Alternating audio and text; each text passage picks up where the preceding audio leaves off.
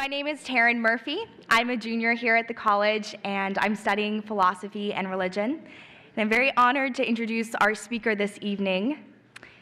Kimberley Strassel writes the weekly Potomac Watch column for the Wall Street Journal, where she is also a member of the editorial board. A graduate of Princeton University, her previous positions at the Journal include news assistant in Brussels, internet reporter in London, commercial real estate reporter in New York, columnist for opinionjournal.com, and senior editorial page writer. She is a regular contributor to Sunday morning political programs, including Face the Nation and Meet the Press. In 2013, she was a Eugene C. Pulliam Distinguished Visiting Fellow in Journalism at Hillsdale College. And in 2014, she was a recipient of the Bradley Prize. She's the author of The Intimidation Game, How the Left is Silencing Free Speech, and most recently, Resurgence, At All Costs, How Trump Haters Are Breaking America. Please help me welcome Kimberley Strassel.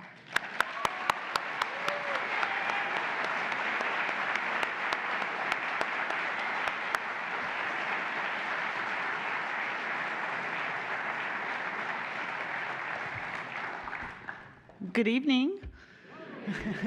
It is honestly such a joy to be here. Every time I get to come to Hillsdale, it's a joy. I want to thank Hillsdale and the Center for Constructive Alternatives for having me here tonight. Just driving in last night, every time I come, the growth and the amazing changes at this place. We drove in last night and I said to my husband, I could swear that enormous chapel was not there when we were just here a couple of years ago. Yeah, it's astonishing. My one small complaint, it was funny, last night, and my bad, by the way, too, because I changed my mind about this in the end. As we were driving here all these miles last night, I had this thought, and it's the thought that all busy, overbooked people have when they're just trying to get to a place, right? Which is, why does a college that is so important to free speech and to intellectual exchange and so important to reminding us about the history of the country and our founding principles have to be located in the middle of nowhere?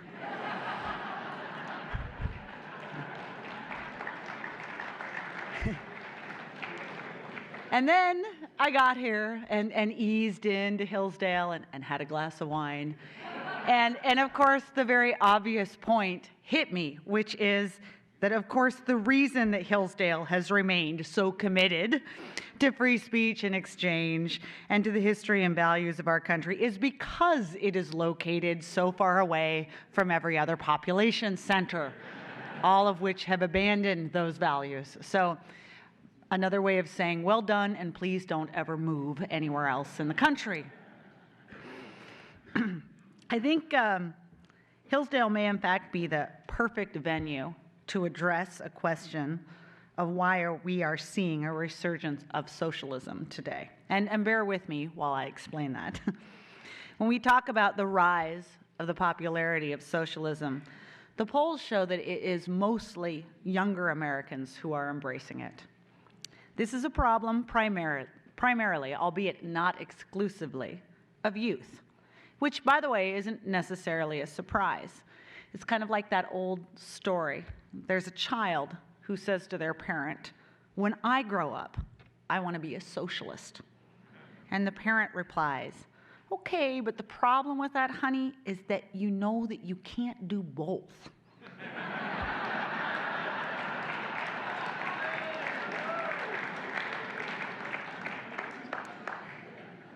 But the thing is, writing this off as an issue of youth isn't good enough, because socialism isn't an innate issue to youth. It's difficult, for instance, to imagine a socialist philosophy sweeping a campus like Hillsdale. You know, this is an institution committed to providing its students with facts, history, economics, the truth of the founding of this country and the reasons for its success, as well as other examples of other countries that have not fared as well. And all of this has allowed even the youth of this campus to obtain a realistic understanding of the dangers of socialism. It's also not good enough, though, to just sit back and to assume that the rest of the country's youth, those outside of Hillsdale, will inevitably grow up. The problem is just too urgent right now in the country. There are literally millions of younger Americans who today either openly declare themselves socialists or say that they have favorable views of that philosophy.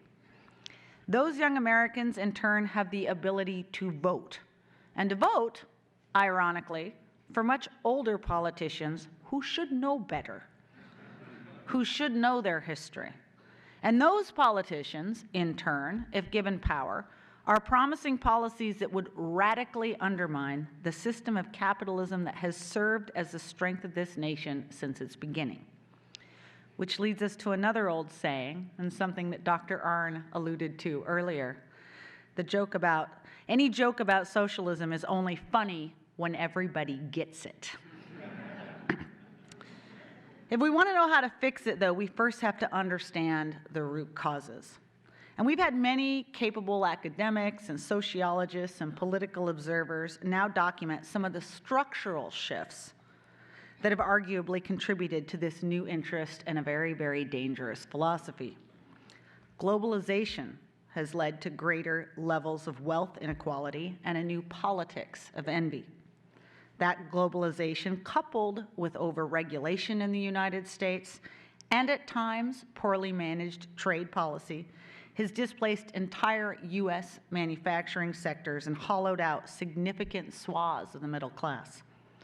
Ever-growing government, alongside schemes like gerrymandering, has sheltered too many politicians from accountability and left millions of Americans feeling left behind and, more importantly, alienated from what they see as an elitist ruling class. And then we've had huge cultural shifts as well, too, in this country. Those younger Americans we were talking about, they aren't growing up. They aren't being asked to grow up. They are living at home until their 30s. They're getting married later, putting off children, putting off buying a home, all the things that usually lead developing adults to be more skeptical of government schemes and government plans for redistribution. By the way, I should just say in my house, one of the mottos is, and I say to all my children, they are now 14, 12, and 8, and I say, there's only one thing I can promise will happen to you when you turn 18 years old, and that is that your room is going to be repurposed.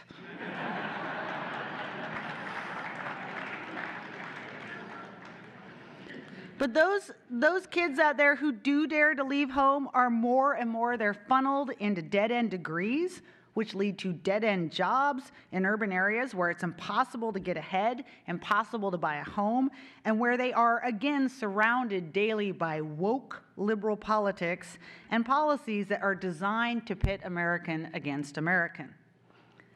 Now, these shifts are very real and very important, but even identifying them is not good enough, because even big cosmic structural shifts do not happen in a vacuum. There are things behind them as well. They are the result of conscious decisions. Trade doesn't just happen, it's negotiated. Regulation doesn't just happen, it's crafted. Political unaccountability doesn't just happen, it is deliberate. No one is making kids stay at home until they're middle-aged. The decision to do so is a response to job opportunities, housing policies, poor or misguided education, and rules that allow their parents to continue funding their health care until they are 26 years old. And so we can't just blame youth for not knowing better. It's like Dr. Arnn said earlier, they're learning. And they are the product of parenting, of education, of political policy, and of culture. So instead, I think that we have to acknowledge that these shifts and that the subsequent rise in the popularity of socialism are in fact the result of failures of core groups of officials and civic institutions. And tonight, I'd like to make the case that there are 4 in particular that we need to talk about and put out there for blame. They are the Democratic Party, the Republican Party, the media, and our system of education, in particular higher education. Hillsdale, of course, excluded. So let's run through them. Let's look at the Democratic Party. Some of its most influential members of which have adopted an outright socialist agenda. Bernie Sanders, Elizabeth Warren, Alexandria Ocasio-Cortez. I'm always so proud when I can say that name. Her entire squad. But it's a lot more broad than just those names. As I point out in the book I just put out, this is the most socialist Congress in the history of this country. Following the 2018 congressional election, some of you may know Nate Silver's 538 blog. And it pointed out that in 2010, there were about 1.5 progressives or liberal members of Congress for every blue dog moderate in the House. Right now, post the 2018 election, the progressives currently outweigh the moderates in the party 4-1. And just a quick note I think we should make about terms. Progressivism, let me stay right now, is socialism. Progressivism is that new word that just burst into the political ideology in recent years. But the question is, why did we need a new word? The Democratic Party's always had liberals, it's always had moderates, and that has always adequately described the party and where it stood in its splits. We have this term today because there was a recognition just a few years ago on the left that they needed a term to describe a philosophy that went far beyond the traditional liberal views of higher taxes and bigger government and creative judges. And what is that philosophy? I would say look at the plans being advocated by Bernie Sanders and Elizabeth Warren. They would, in core sectors of the economy, eradicate capitalism and replace it with government-run tyranny, healthcare being the best example. As for other sectors, their plans would so radically regulate core sectors of the economy, finance, transportation, energy, to name just a few, as to essentially make them arms of the government. And they would also so tax all of these sectors and businesses to such a degree that they would cease to even function to function on the behalf of shareholders. They would instead exist as the central means by which the Sanders and Warrens and AOCs of the world would redistribute wealth in this country.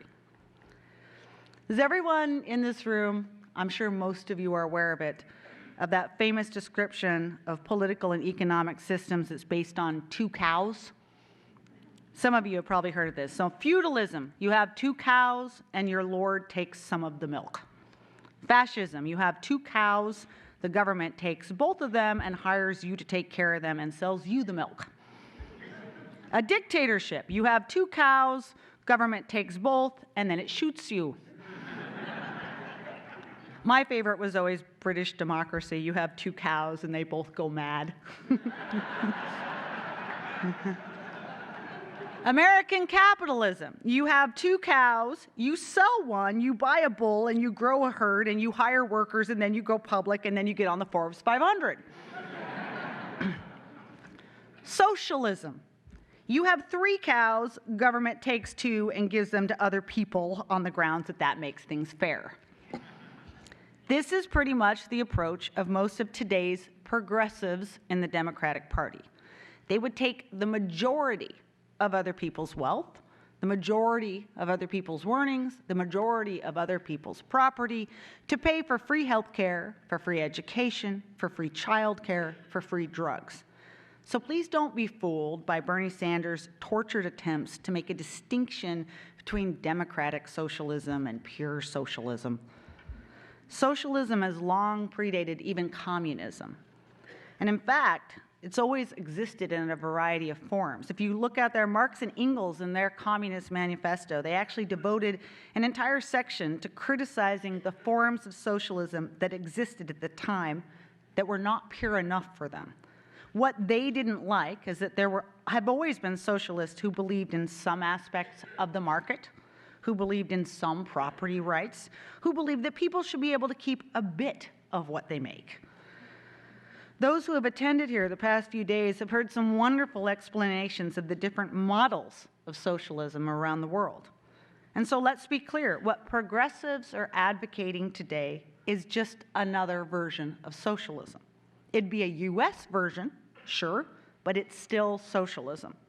It's a version in which some markets would actually be allowed to exist, in which some Americans and corporations and wealthier people would be allowed to keep some of what they earn, but they would, to be clear, by and large, be working for the benefit of everyone else.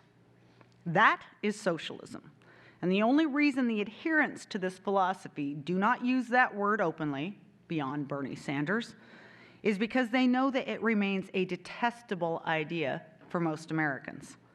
So instead, we get the word progressivism. Or we hear Elizabeth Warren actually say with a straight face that she is a capitalist. She can say what she wants. Progressivism is socialism. So the bigger question is, why have so many in the Democratic Party moved left so quickly? Younger people in this country who are adopting socialism at least have the excuse of being ignorant of history. They are seemingly unaware that if we in this room had $1 for every time socialism was successful, we'd have $0. Of course, what's more notable is that even if socialism did work, we'd all have $0 too. They are also, unfortunately, seemingly unaware, and more importantly, of the extraordinary cruelty and devastation that purer forms of socialism have wrought. Socialism has over hundreds of years meant the end of free speech, free assembly, a free press, free religious belief, free elections, and a free judiciary. Its more communistic versions have resulted in imprisonment, execution, starvation of tens of millions of human beings. Look at the histories of Russia, China, Korea, Cuba, Cambodia, Vietnam, Ethiopia, and more recently, Venezuela. The list is long and it's horrifying. And right there in the history books in black and white for all to see. So what excuse do older, wiser members of the Democratic Party have for embracing such an inexorably disastrous course? They know the history. And so I say, in light of that, I think we have to adopt a more cynical view of their motives. So I premise here that their interest is not necessarily just equality and higher standards of living or the betterment of a free society, because we all know from the history books that that's not what you get. I would argue that their motive, at least in part, is the same motive that has propelled so many of the socialist drives of the past. It's power and it's control. Most parties, if you think about it, when their message fails to resonate with the public, when they lose, say, a presidential election, they decide to take a step back, lick their wounds, do an autopsy, figure out what they did wrong, and come back the next cycle and do it better. Unfortunately, this has not been the habit of the Democratic Party over the past 10 years. Political setbacks have not been met with hard thought. They have instead been met with an attitude of, how do we shackle the other side, and how do we change the system to make it easier to win? During the Obama years, we had a new era, for instance, of intimidation, in which Democratic officials trained the federal bureaucracy on their opponents, inspiring the IRS to target conservative groups engaged in political activity. We had liberal prosecutors and attorneys across the states launch criminal investigations into their political opponents in Wisconsin and Montana and New York. We've seen new speech codes on campuses. And in the age of Trump, this tendency has only grown. The attitude of the resistance, again, the focus of my book, I'm just making a little pitch here because we're a capitalistic audience, is that this president and the Republicans are illegal occupiers of an office, and that therefore any action in justifying that is justified in removing them from that position. And so we've had an unprecedented FBI counterintelligence investigation into a sitting presidential campaign. Think about those words. We've had the most raucous and ambush attack on a Supreme Court nominee in history, Brett Kavanaugh. We have watched House Democrats pass as their first piece of legislation, and the majority starting this year, a new voting reform that would pave the way for fraud at every level of the ballot box. And we are right now witnessing an unprecedented use of impeachment as a partisan political tool. These are all extremely dangerous new uses and abuses of what are meant to be solemn powers exercised by solemn institutions. And they will potentially have profound consequences for our democracy going forward. In the last election, Hillary Clinton actually ran on promoting a constitutional amendment that would have overturned Citizens United and given politicians the ability to define what was appropriate political speech. Think about that idea. We have AOC, I'm not going to try her name a second time, right now attempting to bully Facebook into not running ads from one political party. And we have candidates like Senator Warren calling for the abolition of the Electoral College, for the packing of the Supreme Court.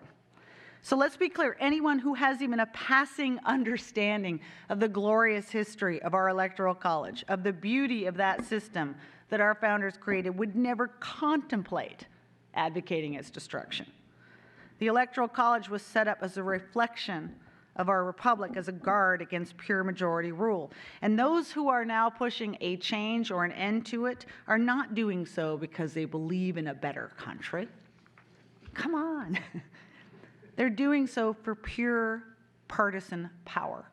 They want to be in control and then stay in control forever. And these political actors understand that socialist policies are a further avenue for obtaining and keeping that power. Progressives can say that they're interested in fairness and health care for all and better education.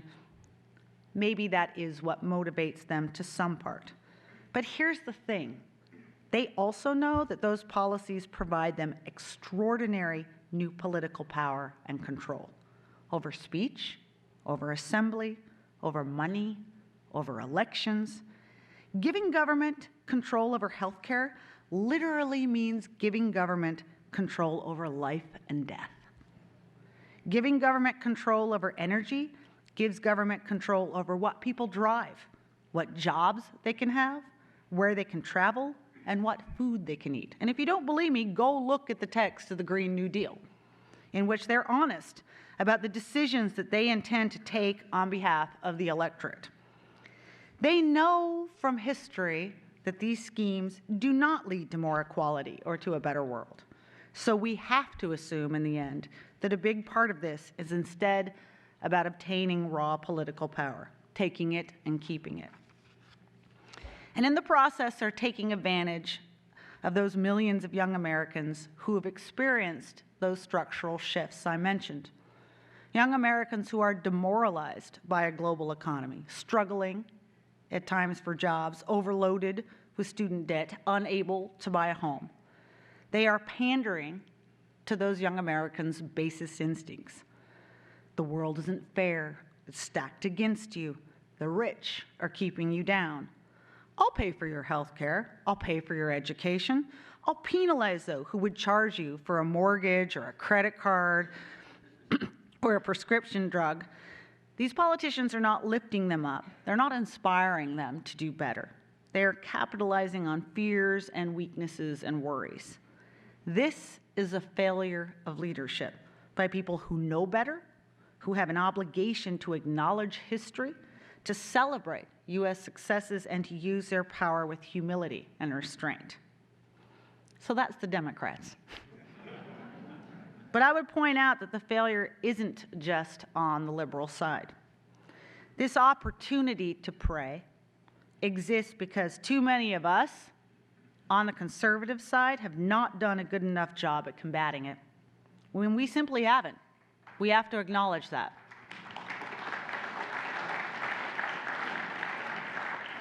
Everyone, young and old, needs principles around which to organize their lives. Young Americans are every day hearing the socialist call. As I mentioned, your life is too tough. The deck is stacked against you. You need us to lift you up. Government can do that. And they are not hearing a compelling message to the contrary. Conservatives, and in particular the elected members of the Republican Party, are failing in that regard. And the biggest failure is simply one of messaging. And it's a failure born, I would wager, from conceit. Here's a problem with conservatives. We innately understand the beauty of free markets and free people, so much so that we can't imagine that nobody else does, and we don't think we need to take the time to explain it to them. And sometimes, by the way, conservatives are understandably further discouraged by the need to tackle what are very complex subjects and the world in which we live of 30-second sound bites. That's a hard thing to do. It is, after all, much easier for progressives. Look at those Democratic presidential candidates calling for the abolition of the Electoral College. They have a very simple message. It's not fair. A majority of Americans voted for Hillary Clinton. She ought to be president. When was the last time you heard a prominent conservative leader take the time to explain why the Electoral College matters so much, its history and its principles, to explain the importance of guarding against pure Democratic majorities, the importance of encouraging coalition building and nationwide campaigning, the importance of us as a republic? Would anyone like to actually hazard a guess of how many young Americans under the age of 30 even understand how the Electoral College works? Raise your hand if you think it's like 10%. That's an extraordinary failing. They don't. And by the way, those who do might entirely be here on this campus. Let me give you a working world example of how this failure works in practice and how this failure also greases the wheels for socialism.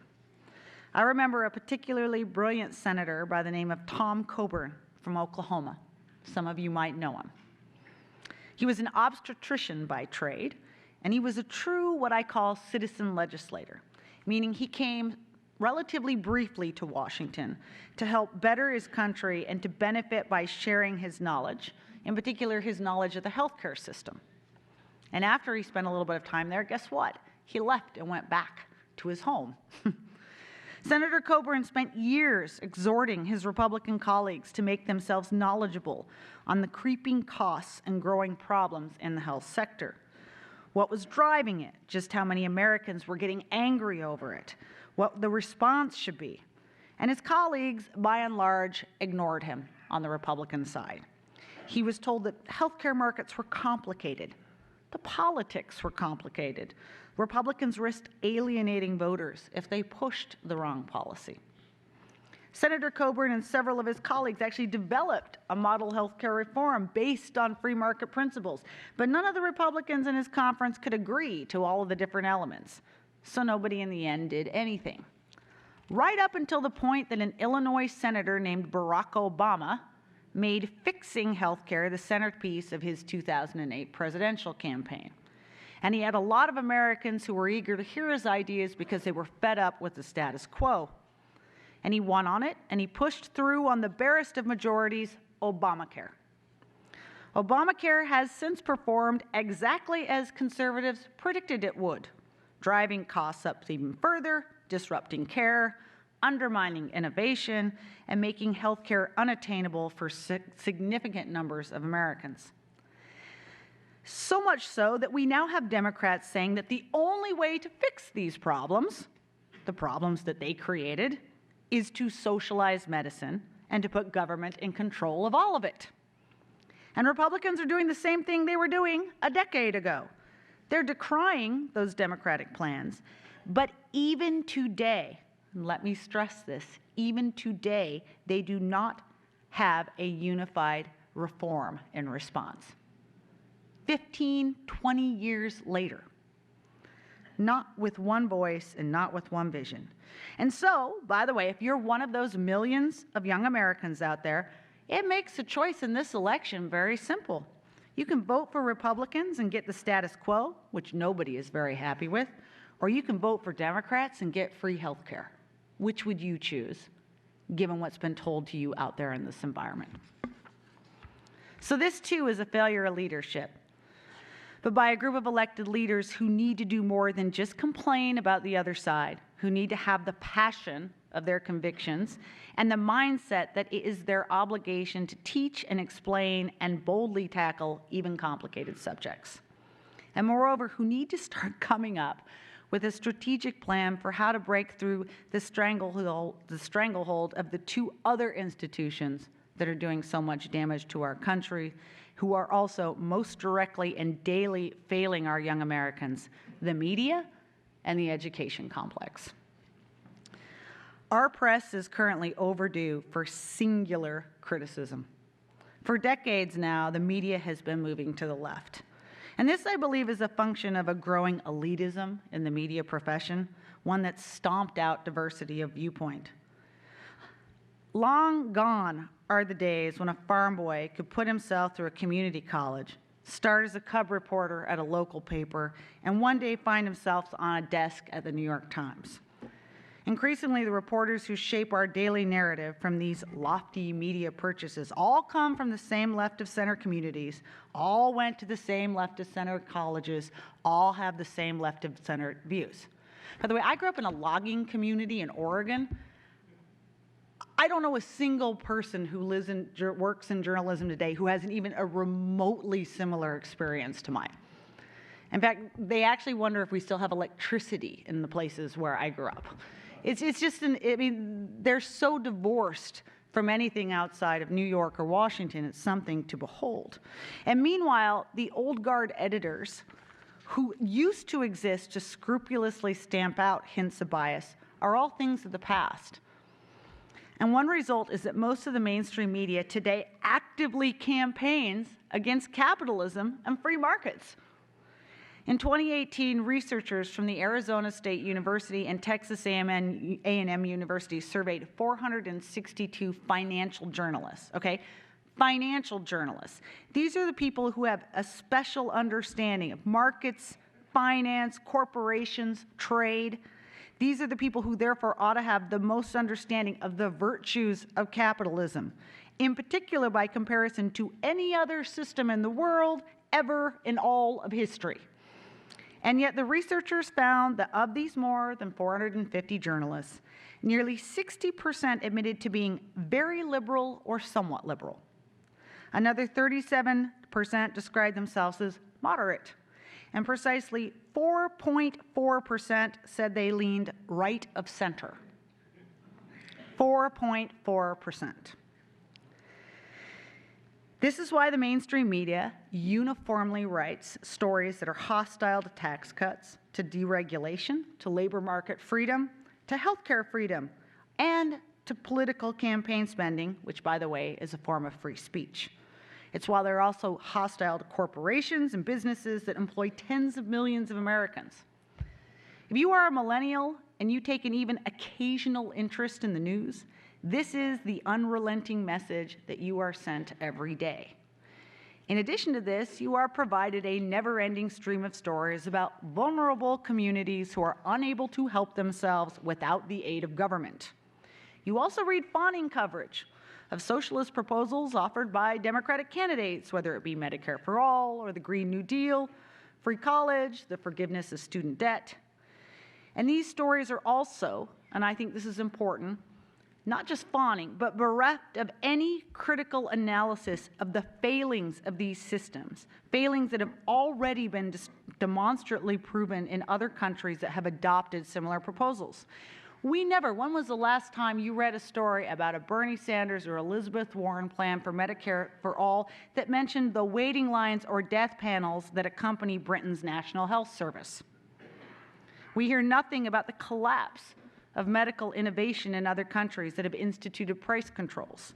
We hear nothing about the mess that is currently the energy market in places like Germany that have embraced renewable energy programs of the very type now being pushed by the American left. This amounts, and I'm saying this as a journalist, to professional malpractice. But it explains, yes, it is awful. It is not journalism anymore. This is not journalism. But it explains why so many young people are unaware of economic realities. Our press corps is failing them. And I would just point out, those are just the factual questions. They are failing the country in an even bigger and more scary way than just economic illiteracy. Most socialist regimes are accompanied by autocratic or totalitarian tendencies. And that is because socialism as an economic project is imposed from the top down. The more power you have at the top, the easier it is to force people to implement your agenda. And the guard against this has always been a vigilant and free press, which exists to be skeptical of government power and to be on guard against government abuse. That press, in turn, leads to a more educated, active citizenry that rises up against real or even perceived abuses of power. In the past 3 years, our press has completely abdicated that role. The press has gone beyond mere bias to actively and overtly joining one side in a partisan war. And so visceral is its hatred of this current president that it has abandoned all of its basic standards and functions. This is a press corps that for the past 3 years has praised and justified an FBI investigation into a presidential campaign. Imagine that. Jim Comey's FBI engaged in Hoover-like behavior, surveilling members of a political campaign, keeping secret memos of his conversations with the president, leaking them later to gin up a special counsel. Not only has the press blessed this behavior, it has sat and served as a willing scribe for the self-serving narratives of those who were actually fired from their jobs. It's put them on TV, serving them up as neutral analysts on these topics. The very people who were at the center of one of the greatest political scandals in modern times. When I was coming up through journalism, you were taught to question anything a government official told you, to look out for spin. These guys are acting as the narrators of that former institution's leadership's positions. And there is a generation of younger Americans who have been told for 3 years as a result that there is nothing wrong whatsoever with powerful law enforcement and intelligence agencies secretly monitoring American political figures. We have a press corps that these days routinely tells that younger generation that it's okay for Americans to settle their political differences via impeachment, for one party to overturn the results of an election because they don't like those results. We have a press corps that tells the younger generation that it's okay to ambush a Supreme Court nominee with uncorroborated allegations of sexual assault and gang rape, and to put forward those allegations despite no evidence and in contravention of all basic principles like due process or the standard of innocence until proven guilty. We have a press corps, by the way, a press corps that exists because of our Constitution and the First Amendment, that tells our younger generation that it is right and indeed good for campuses to have speech codes and safe spaces. Our press corps says this. And in light of all this, of the failure to report honestly on the failings of socialist economics and of the daily justification they put forward of abuses of power, how can we ever expect that younger generation to have a dim view of abuse of power or socialism? Especially too, and this brings us to our last, this is really a glum speech, isn't it? Sorry. I have some optimistic points at the end. Okay, especially too, given the education they're receiving, okay? The important part of the speech. It starts in grade school, and whether your complaint is poor education or incomplete education or biased education, the problem is the same. By the way, I have kids at all levels of school, high school, middle school, and grade school. By the way, just shoot me. Having kids in 3 different schools is awful. And I love the fact that they all learn about our civil rights era. It's really important. But I think that many of us out there would be equally grateful if our children were also provided an equivalent amount of study about the founding of this country. or the horrific histories of other countries, from the Soviet Union to China, that followed socialist and communist paths. And we would be equally grateful if we had schools that managed to teach even half of our children to adequately read and write by the time they leave high school. Because, by the way, that is not the case today. And if we're going to talk about our obligations of our younger generation to understand the failings of socialism, children who cannot adequately read or write cannot be expected to take reasoned decisions about choices of economic systems. When I go out these days and people ask me what I think is the biggest issue facing this country, I used to be conflicted on that. I'm not anymore. And so my first answer is always higher education, and it simply is. You know, even when I attended college, which is really a long time ago now, our places of higher learning were already straying away from the Western canon, from the great books. They were becoming captive to grievance politics. So even when I went to college at Princeton University, in my particular course of study, and we were one of the first years that had to do this, I was not allowed to graduate unless I took what was called a disadvantaged persons course. I'm not really sure if I'm proud or embarrassed to say that it was the only requirement I fulfilled at Princeton University as a film course. And my overriding memory of that class, beyond getting to watch Shaft, which, by the way, I did think was really cool and very entertaining, was that we didn't learn a great deal beyond anger. It was a course that was designed to stoke discord, to dredge up animosity, to pit student against student, and I really didn't see the point. But that was at least just one course that I took at university, and I survived it. For most students today, these ideological agendas are the bread and butter of their college experience. They are an hourly experience. Our universities are almost uniformly liberal, if not outright socialist, in their classes and in their teachings. Our professors, who are hired and then protected under tenure, lecture our students daily about an American society that is racist, sexist, ageist, corporatist, and elitist. These kids are told that the entire world is rigged against them, and that the only remedy for such a situation is more government that will protect and equalize society. 3 years ago, the Econ Journal Watch did a study of more than 40 leading universities and questioned more than 7,000 professors. Liberal professors outnumbered conservative professors by a ratio of 12-1. And by the way, the left finds even that ratio intolerable. In the last book I wrote, The Intimidation Game, I wrote about an organization which some of you may have heard about called Uncock My Campus. So you may know the Koch Foundation, the two libertarian brothers, one recently passed away, over the years has made an effort to start up programs of intellectual debate and free market on campuses. Intellectual debate. This is what colleges exist to do. But no, there is a group of Americans out there who do not want that debate.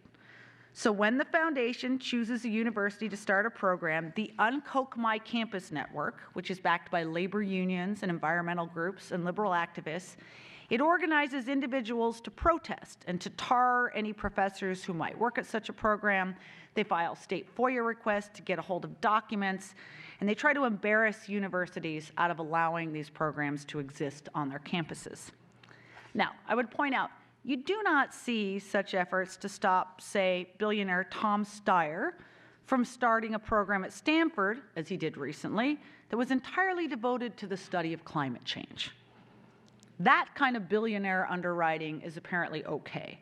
But when it comes to billionaires supporting ideological diversity, we have an entire group that is dedicated to making sure students are not exposed to any thoughts beyond those put forward by their socialist professors. I think the even bigger problem, though, and again, this gets back to what Dr. Earn was saying, kids are learning. We will expect them to engage in behavior that we do not always approve of, especially given all of these influences around them all the time.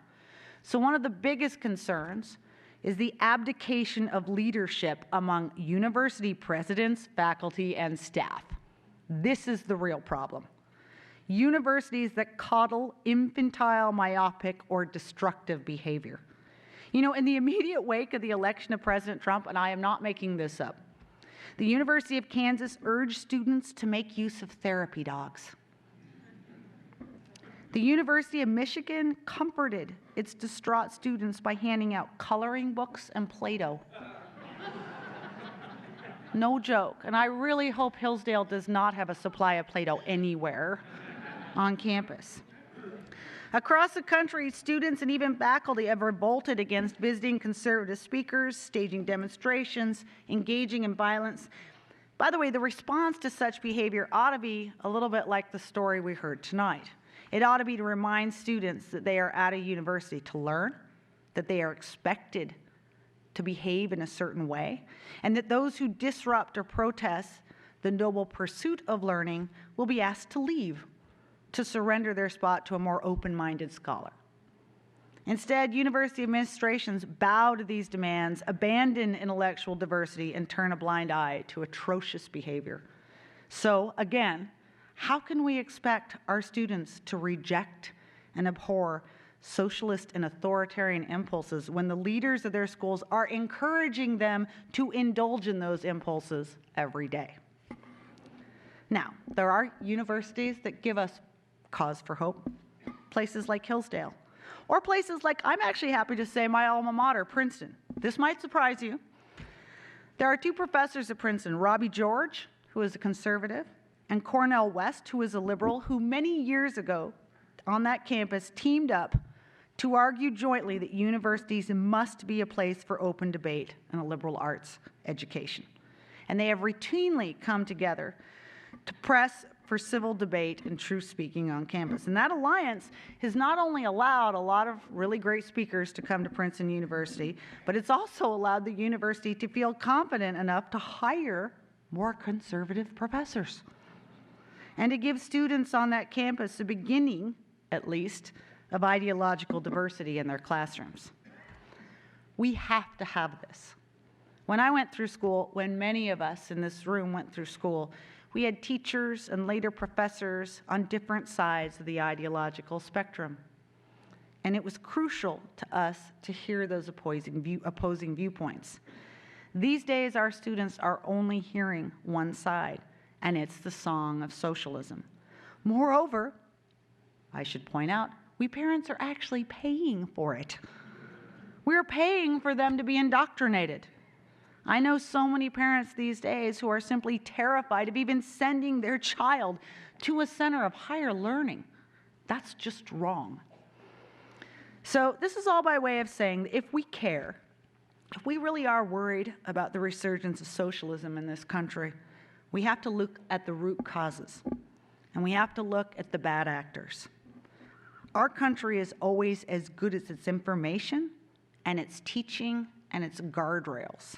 And right now, our information is poor, our teaching is poorer, and our guardrails are bent and broken. We need an informative, neutral press that is holding government and political parties to one standard of political accountability, no matter what side of the aisle they are on. No double standards.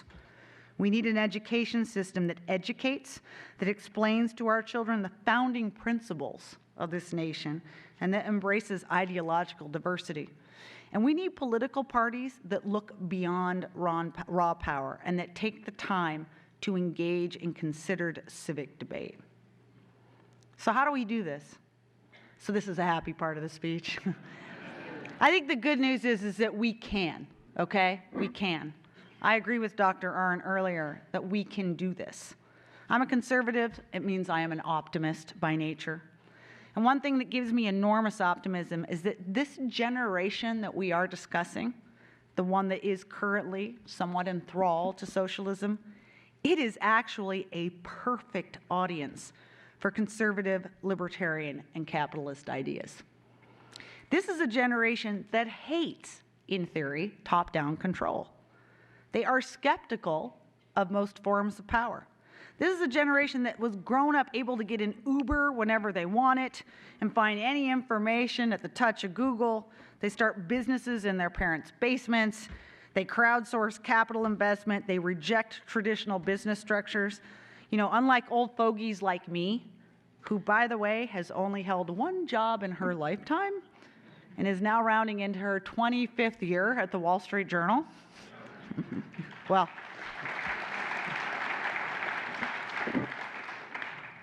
like I'm saying, they wouldn't applaud, all right? They switch jobs, they leverage employers, they're unafraid to take risks. These are the kids who are and who should therefore reject promises of government jobs and government-imposed equality or government nirvana. All that they're really lacking is the information and the experience to connect those political dots. And the other source of optimism? We, the people, still have the power to change things. We really do.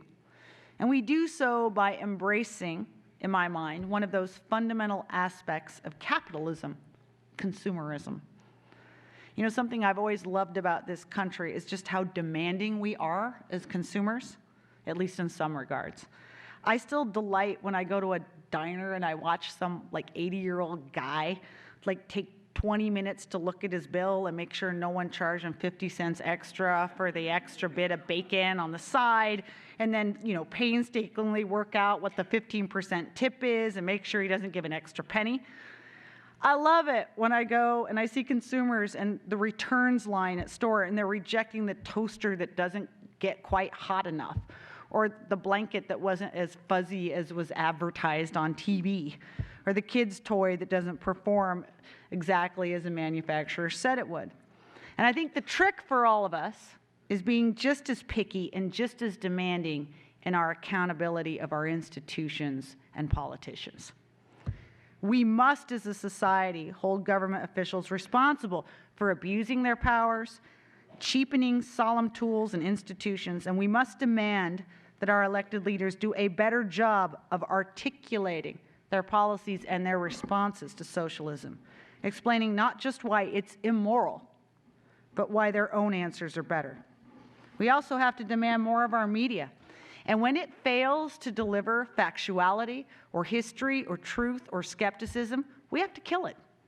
Turn it off. Cancel the subscription. Turn off the channel, cut the cord, whatever word you want to use these days. Don't pay for it. And think we must, and this is probably the hardest part, demand a lot more from our colleges and universities and graduate schools. Seriously. Many of you are alumni at these schools. We must be involved. We have to take part in those board elections, in those proxy resolutions, and those votes. We have to refuse to contribute until universities recommit to intellectual diversity. Call and write letters and make clear the demands. Whenever I make these sort of suggestions, I'm often told, yeah, you're right, but you know what? It's just really hard, so time-consuming. I have a job, I have kids, I have family obligations. To which I always like to respond, George Washington and Thomas Jefferson were pretty busy guys too. So were all of the founders, but they understood that only through hard work would they create this extraordinary republic of ours. And so I think as we go ahead, we have to remember those words of Benjamin Franklin. It's a republic if you can keep it. Thank you.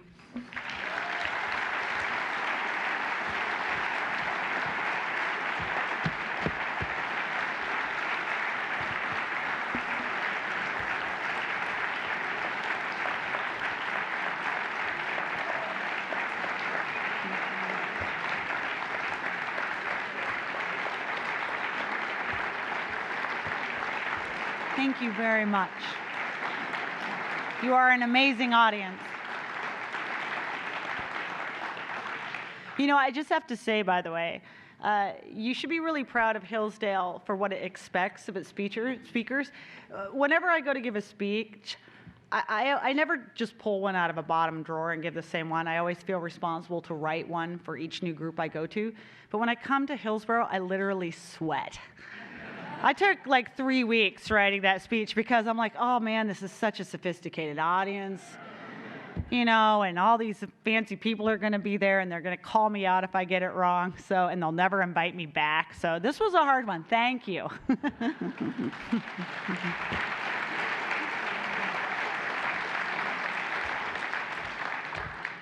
Thank you, Ms. Strassel. Ms. Strassel has agreed to sign copies of her book, Resistance at All Costs, How Trump Haters Are Breaking America. And that will be directly following the lecture in the Searle lobby. And right now we have time for some Q&A, so if you have a question, please make your way to the microphone. Hello. Can I call you Kim? Yes, you may. Thank Only you. my mother calls me You Kimberley. did a great job. Here's my question. Let's all assume and hope and pray that Trump wins in 2020. I have been worrying about 2024. Kim for president? Ah.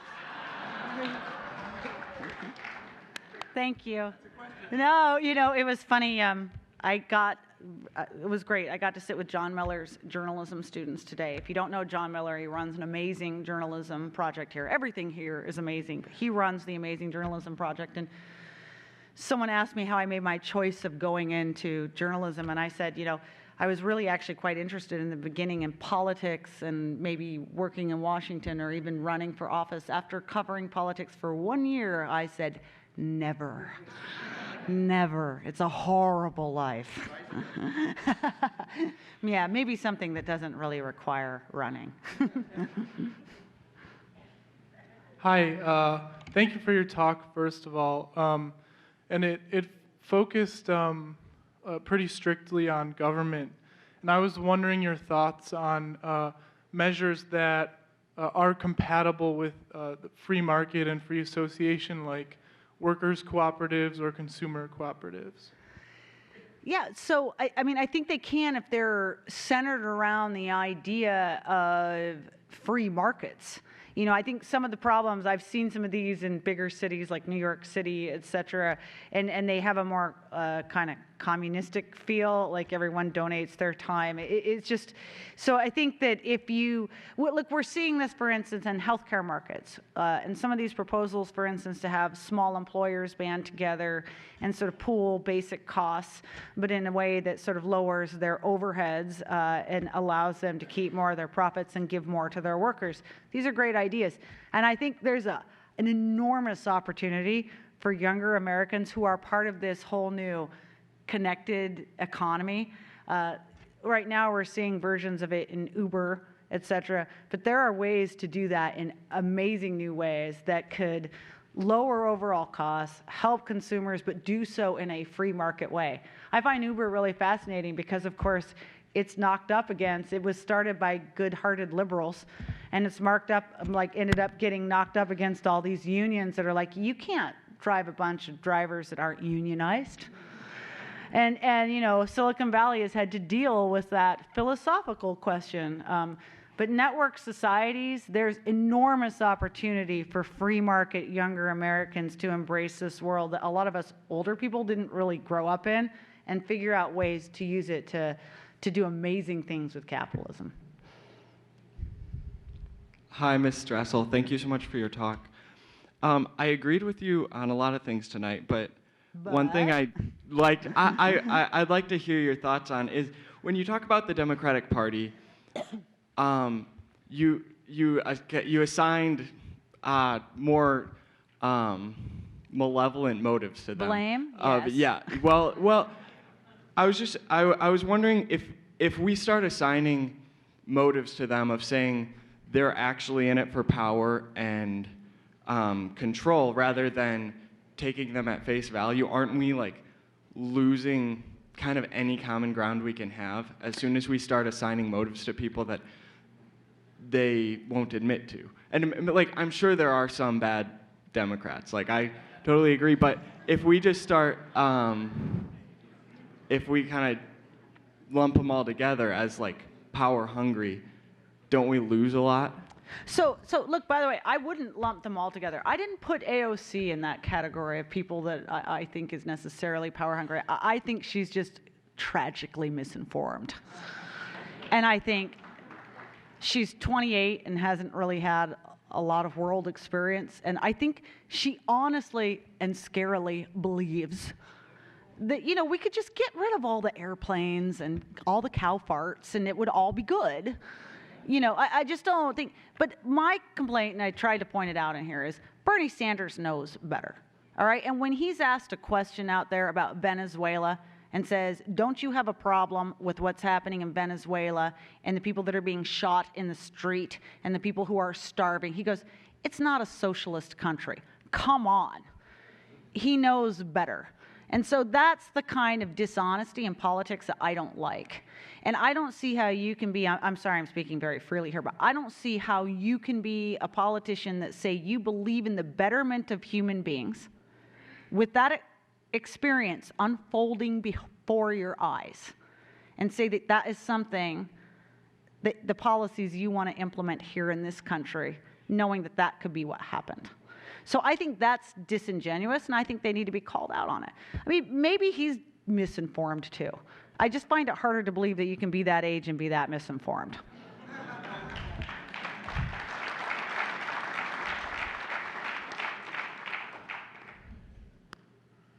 But it's a good question, and you're right. I think we need to have some basic kind of places where we get together. I do. Here, I've been wondering. Oh, on this side. Oh, I've been wondering over the years. It seems as if the West is committing suicide. So we had this AOC lady with a new Green Deal. Somebody pointed out how impractical it is, as you mentioned yourself. She said, who cares? It is the moral thing to do. Mm-hmm. What morality was she referring to? What is it the kind of morality that the good guys, we, do not know how to take away from them? And in my opinion, the morality of altruism. Man has no right to live for his own sake. That is the underlying morality that's destroying us now. Am I wrong? No, you're not. And that was sort of what I was trying to respond to this one is, to this other question is, I mean, the education has so failed our students that not only do they not know the history and what has happened in the past, but they've also taught them to believe that, you know, I can say my morality is right, everyone else's morality is wrong, and I will impose my viewpoint. I mean, that somehow it is moral to impose my viewpoint on you, no matter what else. I think that's astonishing. I think she has, and again, I think she just is a person that hasn't had a lot of, doesn't have a lot of knowledge and doesn't have a lot of experience, but unfortunately has a great deal of arrogance, and unfortunately, worse, has a great deal of power. And that is very disturbing to me. It's why I talk about accountability. I thought one of the most amazing things that was said this year, because it was so honest, and I don't even think Nancy Pelosi realized she was being so honest. She was asked to say something about the squad. This was back before she made nicey with them. And she was a little bit mad at AOC. And she said, you know, well, AOC can say anything she wants because honestly, in her district, you could run a glass of water with the letter D after the end and it would get elected. And her point that she was trying to make is that some Democrats come from more competitive districts and they can't afford to be insane. But in doing so, she exposed one of the fundamental problems that I mentioned in this speech is that we have too many politicians that are unaccountable to the electorate. Do you know that every year 435 seats are up for election in the House of Representatives, and about 40 of them are competitive? 40. Everything else is so gerrymandered that not one of those people has to worry about their reelection. So of course that encourages people to take extreme positions. Alexandria Ocasio-Cortez's only concern was beating the Democrat in her primary election. There was never any question a Republican had any possibility of ever winning that seat. And so she wasn't challenged on any of her views. And now she comes and the TV cameras are put on her and she is suddenly hugely influential. We can't allow our politics to operate this way. Yes. Hi, I loved your lecture, but I had a question. You were talking about education and stuff and intellectual diversity, and this is not something I agree with. I'm just kind of arguing from the other side. A lot of people would say that Hillsdale is not entirely neutral when it comes to politics and education and kind of the worldview we kind of put out to the students who come here. So what would you say makes Hillsdale different and not just doing the same thing all these other schools are doing, just flipped? So does Hillsdale, I mean, here's a question. I'm actually really curious. Does Hillsdale prevent liberal speakers from speaking here? No. No. I mean, we don't have that many of them come, but Yeah, but would it ever prevent it? I guess not. No. No. And would you feel, is it like, does it prevent forms of information coming? I mean, I think one of the things that's out there is the whole world, like every TV station is surrounded by liberal politics and liberal, and presumably tons of you see that on your phones, and nobody's taken away your phones lately and things like that. No, I mean, I think, look, ideological diversity is simply important as a concept, and I have no doubt. I mean, just the journalism class I was at today, we talked about things on left and right sides of it. So that's the question is, do you feel confident? I mean, I guess one of the questions is, as a student, does anyone here feel threatened about bringing up a question or a topic or an idea? And I think that what's that? The boy in the shirt. The boy in the shirt who came out, and he did his thing. But does anyone actually feel like they couldn't bring it up? And I think that is one of the problems that I hear from students at other universities, is that they actually feel they cannot even raise a question in class. That they could write a paper that was opposite of their professor's views and fail as a result of it. Whereas I fundamentally don't believe that happens at this university, because this university does celebrate and believe in diversity of thought. So, but it's a great question. Thank you. We have time for one final question. Okay. Thank you very much for coming out again today. I appreciate very much how you ended your speech. I was thinking about that specific comment as you're doing your whole speech. As it relates to one of the things I was more or less kind of expecting you to kind of touch on a little more, I would even go further down the education realm into the public school systems, not only at the higher education, where I see a lot of issues going or taking place. When I try to instruct my children, I always tell them that there's going to be a person who is an influencer, and there are those who are easily influenced. Mm-hmm. As an influencer, it's okay to, you're going to influence someone, or someone could be influenced to do something good or something bad. As one who's easily influenced, they could be influenced to do what is good and what is bad. The question is knowing and understanding what is good and what is bad. That's a good point. And so when I go and try to talk with my kids about that, I try to make that clear distinction. And when I address faith with them, wherever God is removed, everything about God tends to be removed, and we try to replace that with policies. So how would you address and bring that type of a topic up in some of your writings or in conversations that you would have in the journalistic essence? I'm talking about faith? Yes, bringing that up, because you didn't really touch on faith as being some of the issues to help guide students as to what is right and wrong. And that tends to be the core issue, right down from the early development of children to the policymakers that we have today. Yeah, it is fundamentally a problem, and it starts, I think, at the grade school and public education level, where there are so many schools that have excised any, I mean, we all know this, right? The public schools, that we're no longer allowed to have a Christmas celebration at school, or any sort of reference to anything that involves faith whatsoever. So some of you may not know this. I actually split my time between Washington, D.C. and my home with my husband in Alaska. We live in a very conservative community in Alaska, and I was practically shocked when I went to my first child's choir concert and the kids busted out in a rendition of God Bless America in the public schools. I was like, wow, I like this place a lot. But yeah, we have a situation, and we all know this, where too much of society has forgotten that the separation of church and state doesn't mean that you cannot have a church. It means the state's not supposed to impede on a church's work. And we need to re-inject that into our culture and society. And look, I think there's a couple of really, really uplifting things that we're seeing out there. The Trump administration and its campaigns on behalf of religious freedom are extraordinary and something to celebrate. And if you didn't see this just the other day, it didn't get enough attention, but they are crafting a new rule to get rid of a last-minute Obama prohibition against faith-based adoptions out there, which has been a terrible, terrible thing. So I think that is, you're right, that has got to be part of the discussion as well, too. We have gotten so many things backward in our Constitution in recent years.